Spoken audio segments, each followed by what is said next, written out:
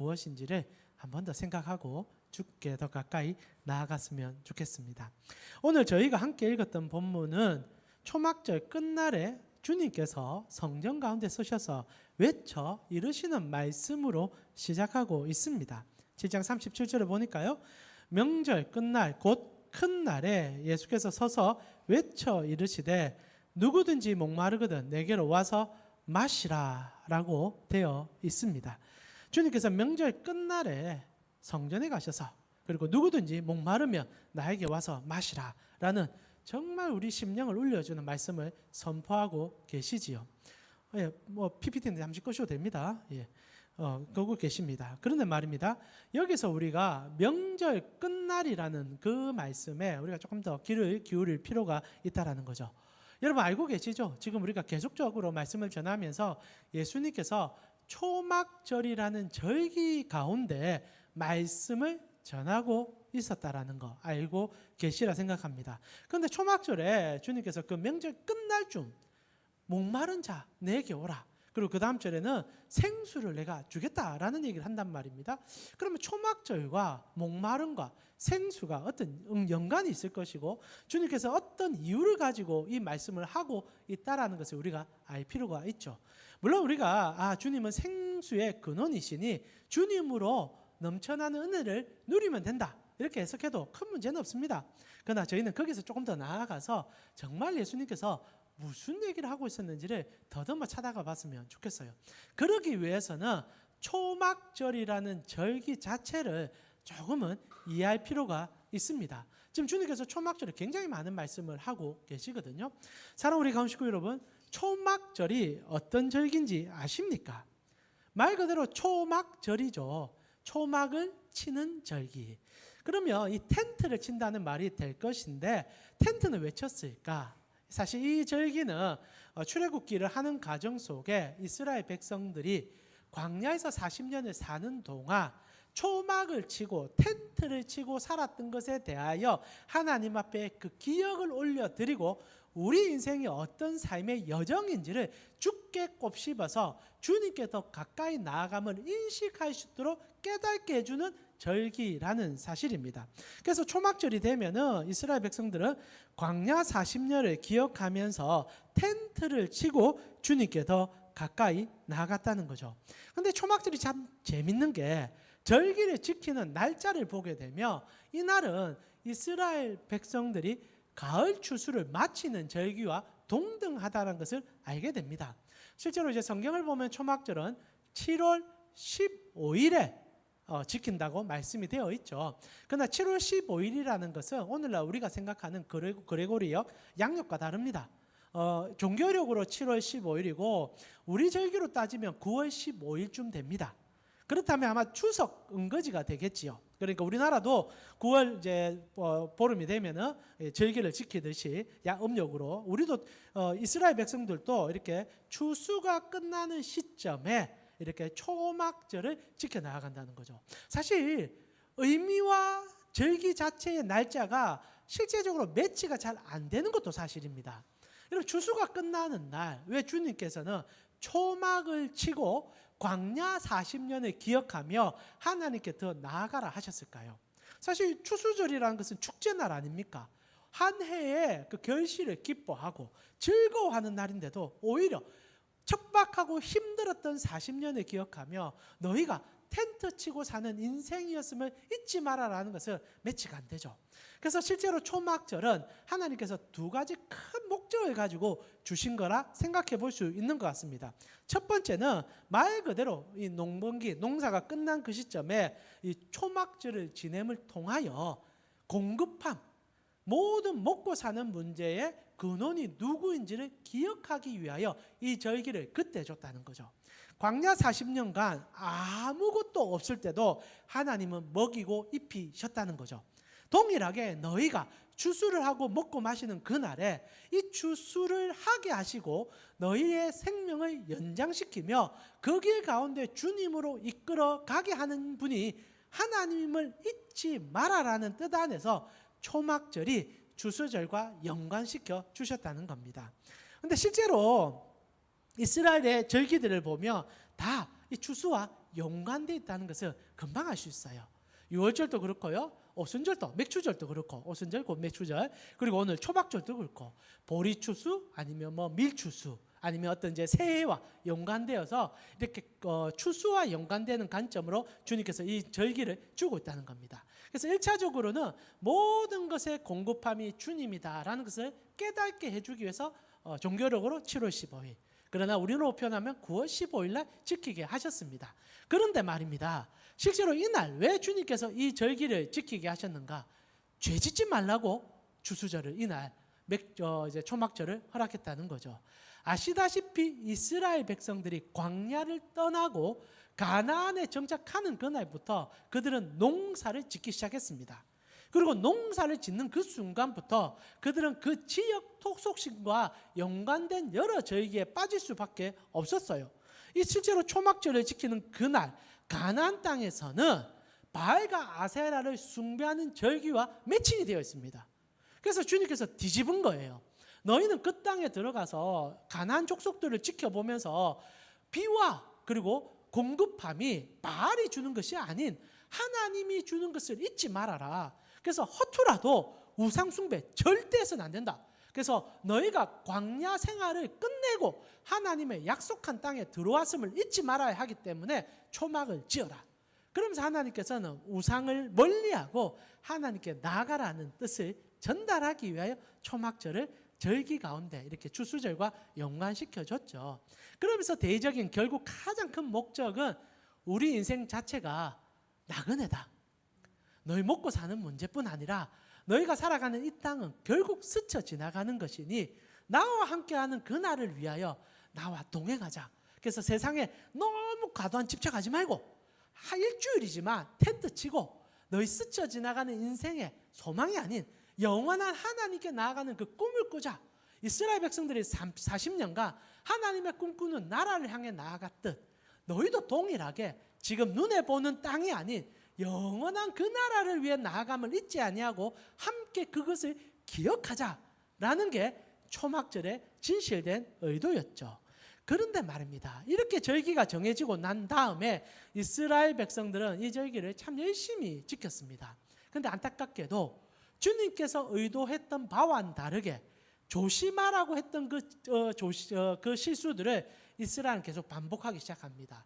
바알이란 이름을 숭배하진 않았지만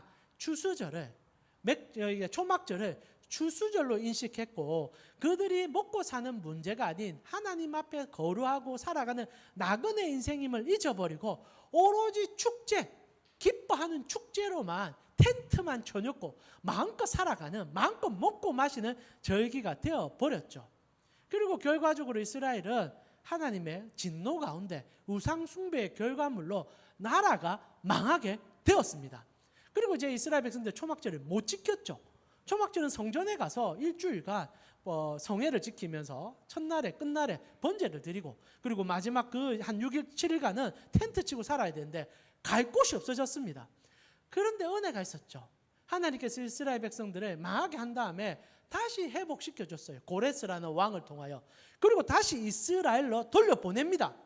그리고 나서 이스라엘 백성들이 성전을 다시 짓죠. 제2성전이라 부르는 솔로몬 다음에 성전을 짓게 됩니다. 근데 말입니다. 이때부터 이스라엘에는 하나님의 약속과 다른 두 가지 특별한 행사가 초막절에 진행되게 돼요.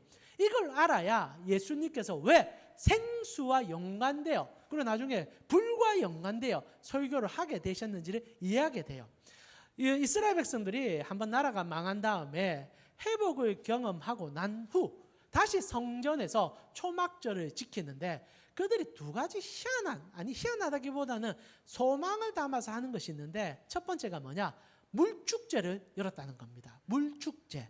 여러분 저희가 수요일 날 성경 공부할 때 복음서를 쭉 진행할 때 그것을 여러분과 함께 공부한 적이 있는데 이스라엘 백성들이 이제 포로가 끝나고 제2성전기가 물론 계속 포로기라고 표현해도 과언이 아니긴 하지만 잠시 해방된 그 시점에 성전을 재건하고 다시 예배를 드리고 특별히 모든 절기를 지켜가는 과정 속에 초막절이 되며 하나님 앞에서의 그 은혜를 이제는 놓치고 싶지 않다는 열망, 한번 망해 놓으니까 어떻게든 하나님이 지켜주심에 대한 갈망으로 인하여 초막절이 되면 제사장들이 실로와 못에 가서 물을 떠옵니다. 그리고 성소에 들어가 제단에 물을 부어요. 그래서 일주일간 계속 물을 붓는 행사를 진행합니다.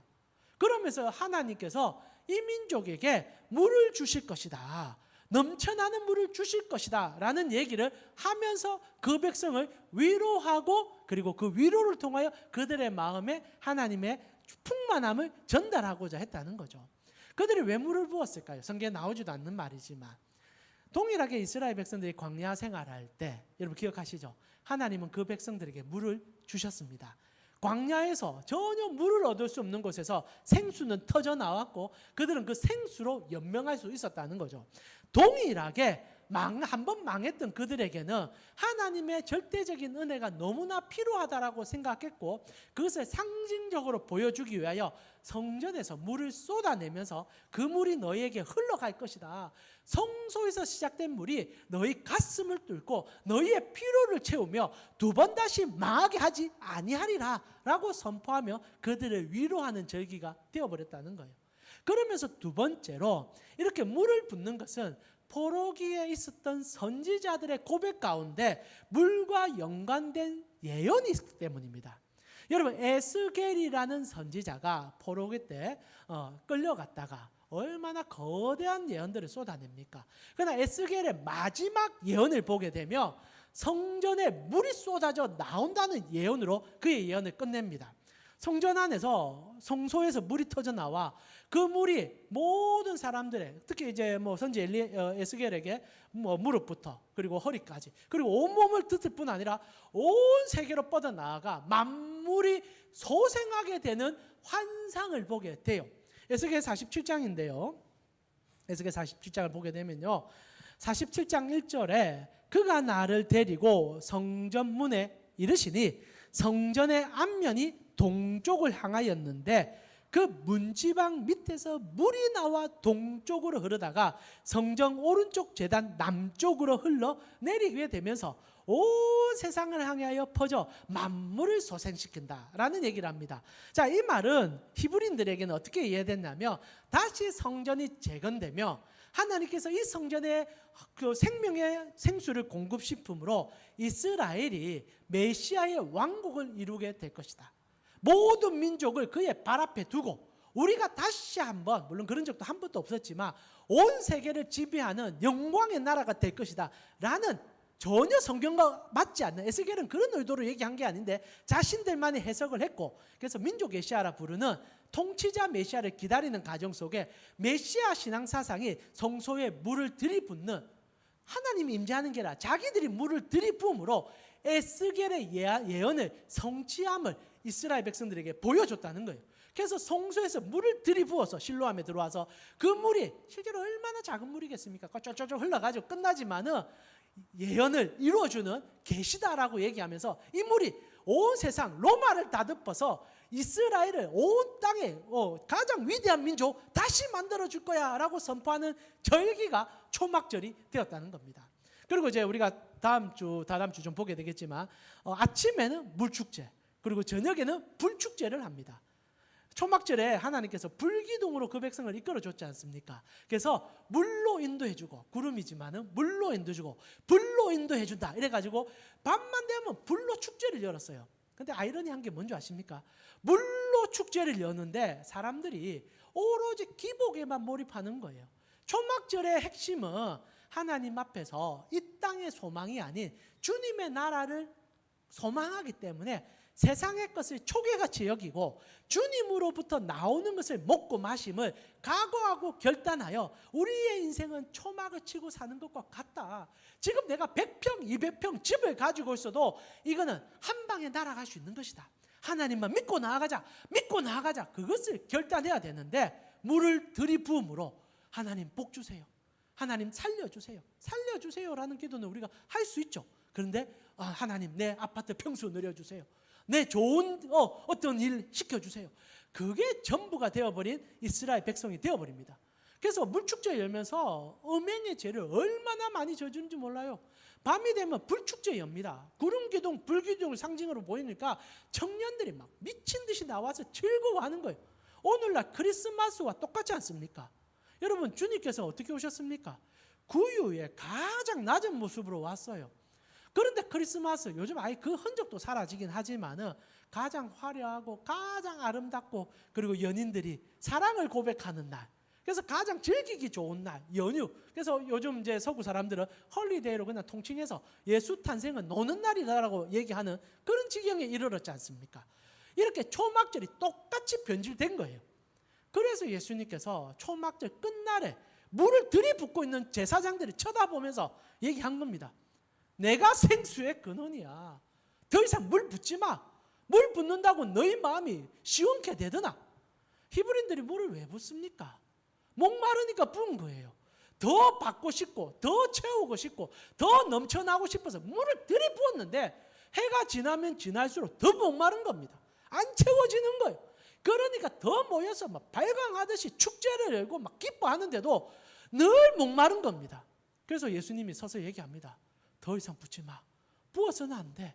오히려 내가 너희의 생수가 됨을 기억해라. 이것이 너희가 초막절을 지내야 될 유일한 이유야 라고 선포하고 있다는 겁니다.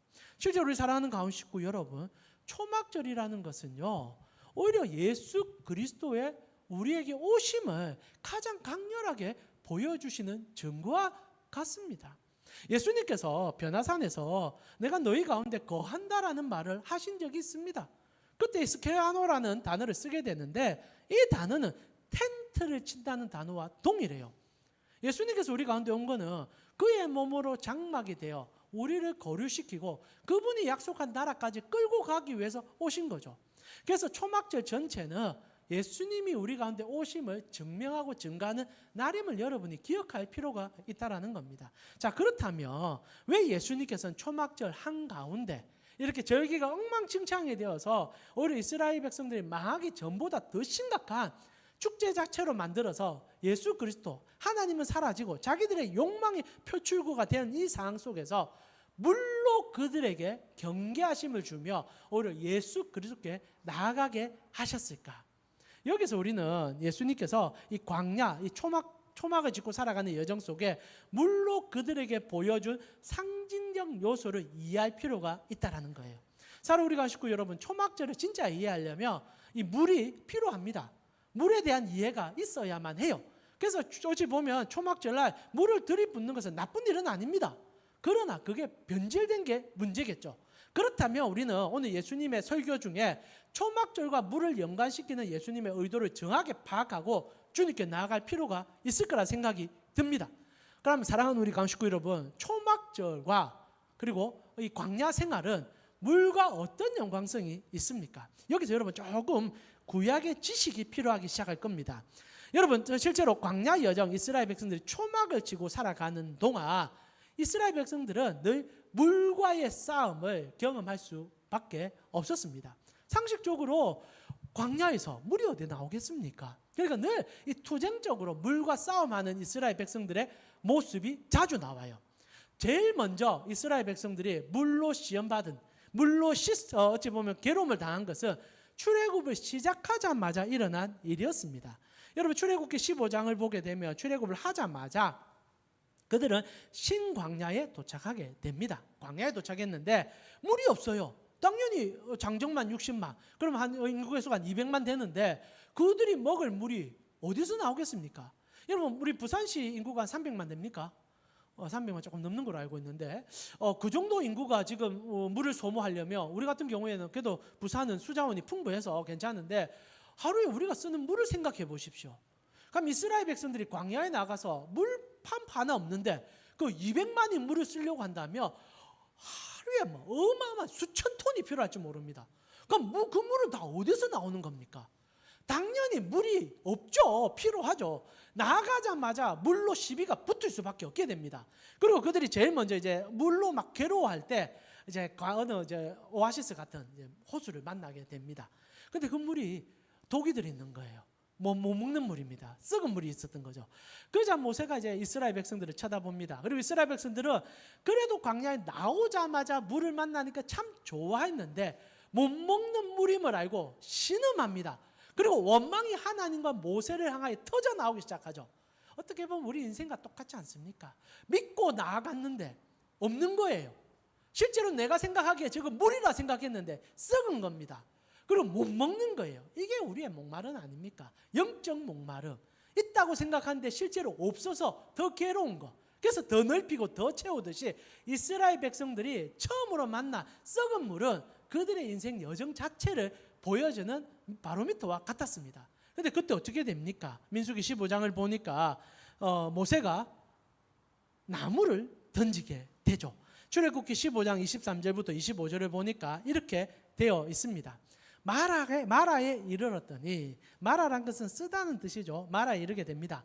그곳 물이 써서 마시지 못하겠으므로 그 이름을 마라라 하였더라. 자, 처음부터 마라라 지은 건 아닌데 이제 이 성경이 기록될 쯤에는 마라라는 것이 익숙한 지명이 됐고 그 물 자체가 마라라 불려지고 있으니까 마라를 지칭하면서 실제로는 마라라 지었다, 이렇게 중어반복적인 독특한 얘기로 시작하죠. 그러면서 24절에 백성이 모세에게 원망하여 이르되 우리가 무엇을 마시겠습니까? 그러자 모세가 여호와께 부르짖었더니 여호와께서 그에게 한 나무를 가리키시며 그가 물에 던지니 물이 달게 되었더라. 거기서 여호와께서 그들을 위하여 법도와 율례를 정하시고 그들을 시험하세. 율법이 언제 처음 나왔느냐?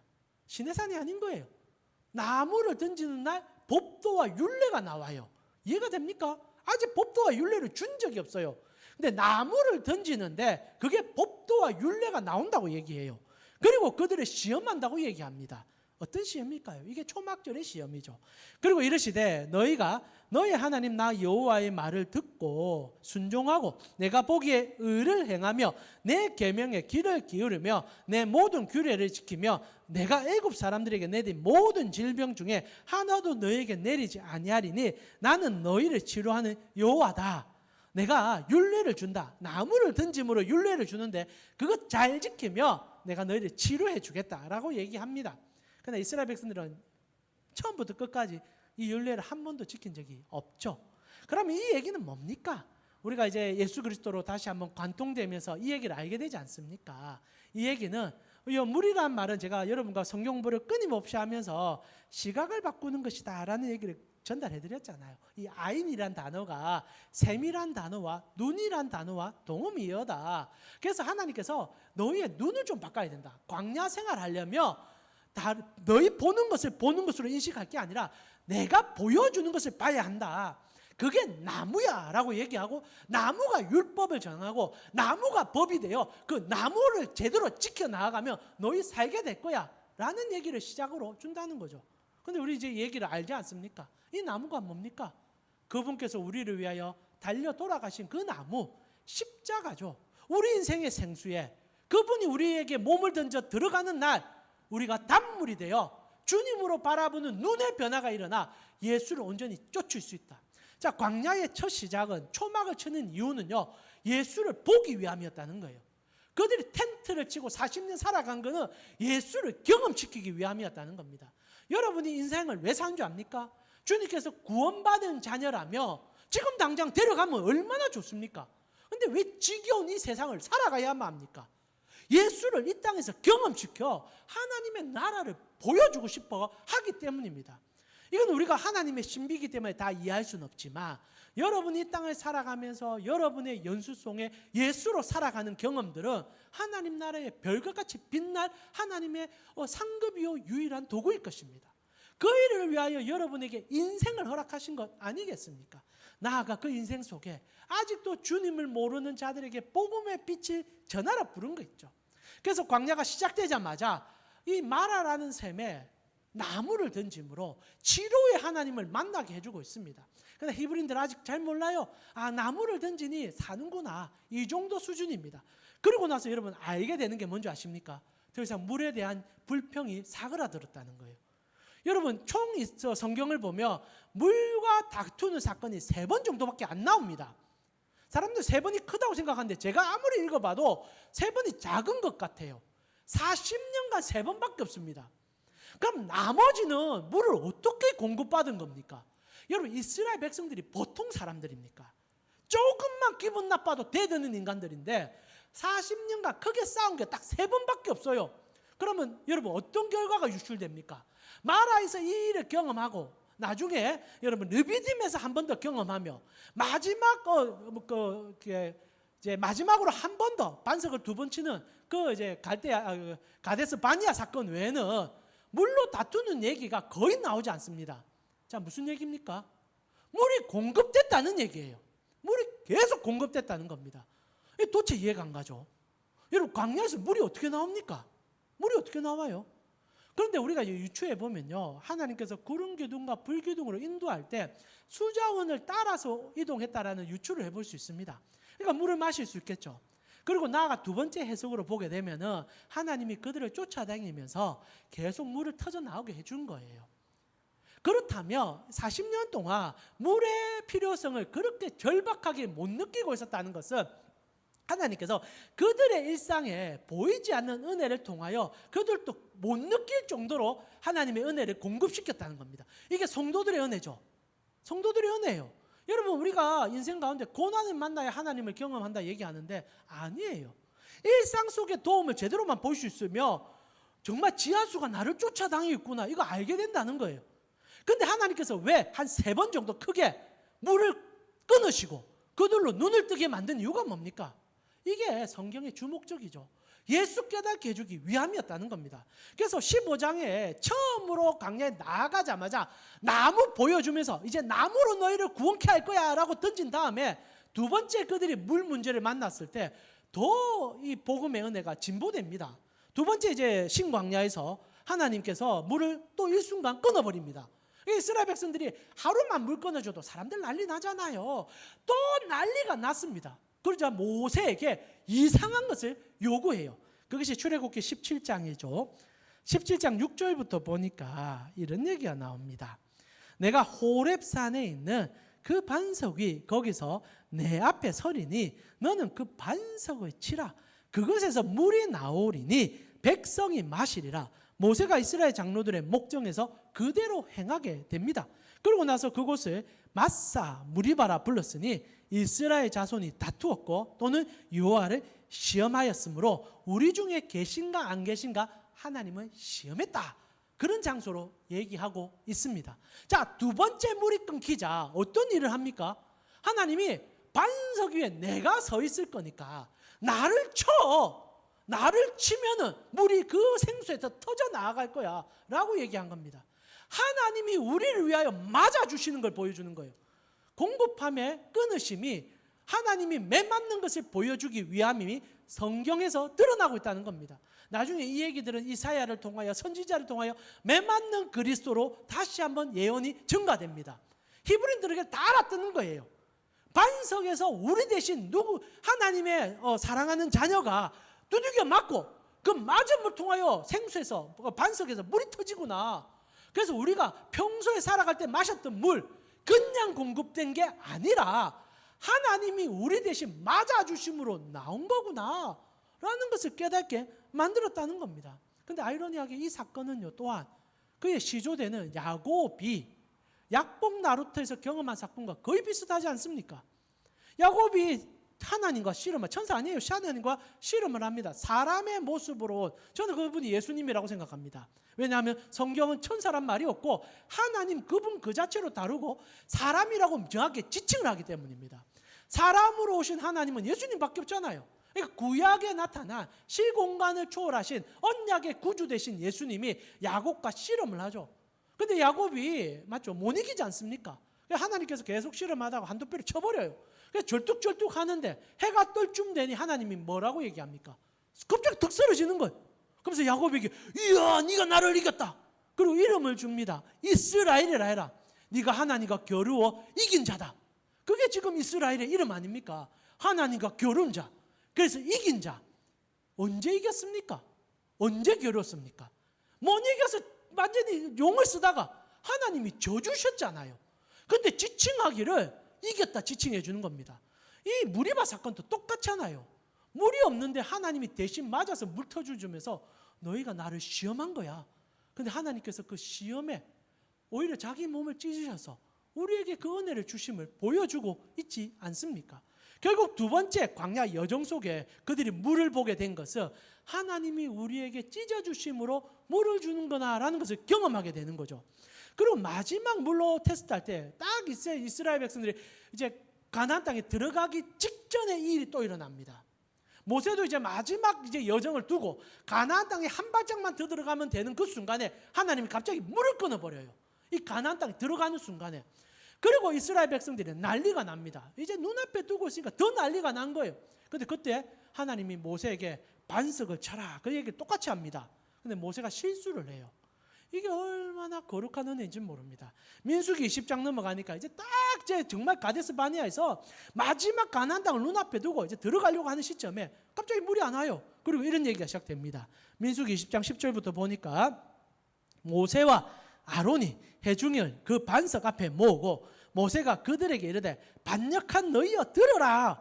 우리가 너희를 위하여 이 반석에서 물을 내랴.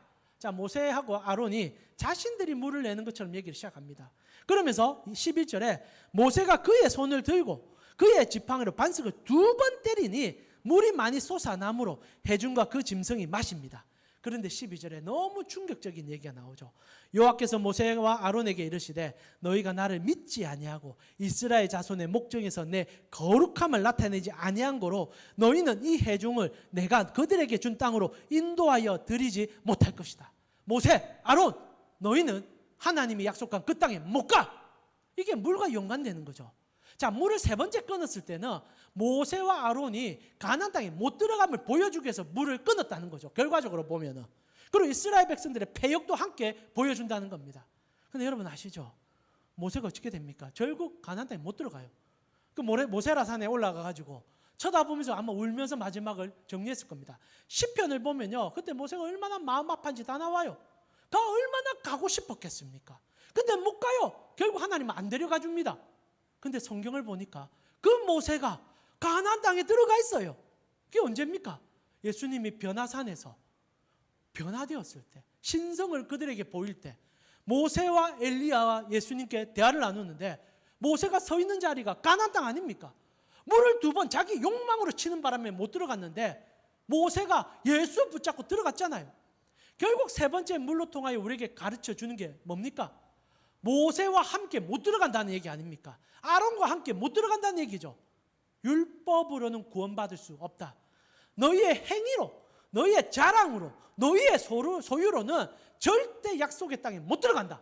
오직 반석되어 매를 맞은 예수 붙잡고 들어갈 수밖에 없다. 그래서 모세가 예수님 변화된 모습에 십자가를 얘기하고 부활을 얘기한 겁니다. 여러분, 광야의 여정은 단 하나의 가르침을 위하여 형성된 우리에게 주어진 하나님의 교과서와 같은 얘기예요. 무엇입니까? 예수로 먹고 사는 삶이 이러하다.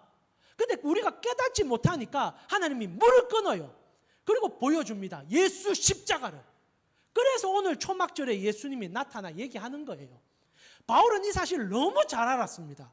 그래서 고린도 전서에 너희가 광야 40년 신앙생활을 할 때 그때 물 궁핍 없었던 이유가 뭔 줄 알아? 예수님이 너희를 정말 열심히 쫓아다녔기 때문이야 라고 고린도전서 10장 2절에서 4절에 얘기해 줍니다. 우리 고린도전서 10장 2절과 4절 같이 한번 읽어 보았으면 좋겠습니다. 같이 읽겠습니다. 모세가 속하여 다 구름과 바다에서 세례를 받고 다 같은 신령한 음식을 먹으며 다 같은 신령한 음료를 마셨으니 이는 그들을 따르는 신령한 반석으로부터 마셨음에 그 반석은 곧 그리스도라. 반석이 따라오지 않았느냐? 반석을 통하여 물이 너에게 공급되지 않았느냐? 구름과 바다에 세례받고 신령한 음식을 먹지 않았느냐? 근데 이제 보니 그게 전부 예수였다. 그게 전부 예수였다. 그리고 오늘 예수님께서 초막절 한가운데 서서 얘기합니다. 뭐라고 얘기합니까? 7장 38절. 나를 믿는 자는 성경의 이름과 같이 그 배에서 생수의 강이 흘러 나오리라. 그리고 이것이 성령 충만한 삶이니라.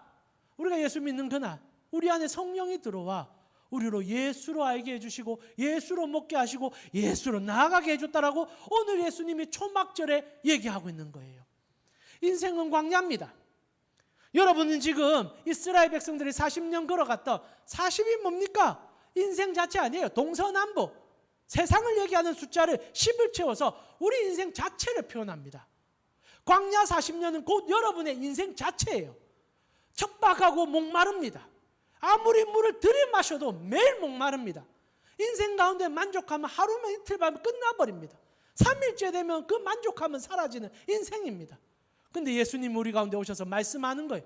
나를 믿어라. 그러면 세상에서 너희 입에 부어주는 생수가 아니라 너의 배에서 반석되는 내가 생수를 터져 나오게 하여 너도 먹고 남도 먹게 하는 생수에 근원되게 해주겠다. 그것을 허락하는 그 은혜를 십자가에서 보여주며 그 구원의 은혜와 부활의 은혜가 너희를 쫓아가리라.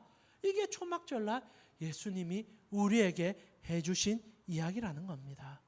사랑하는 우리 감식구 여러분, 목마른 광야 여정에 여러분은 무엇으로 그 목마름을 해결하고 계십니까? 이스라엘 백성들은요, 만들어진 물로 채우려고 했습니다. 그리고 성전에 물을 들이부으면 목마름이 해결될 거라 착각해버렸어요. 그리고 밤이면 불을 켜서 우리의 길을 인도받으리라고 생각했습니다. 그러나 예수님이 얘기합니다. 아무리 켜봐라, 아무리 마셔봐라, 목마름이 없어지는지 내가 너희 안에, 너희가 내 안에 들어올 때 그 목마름이 사라지리라. 사랑하는 우리 감식구 여러분, 그 목마름의 해결을 여러분이 한 번씩은 다 경험하셨으리라 생각합니다.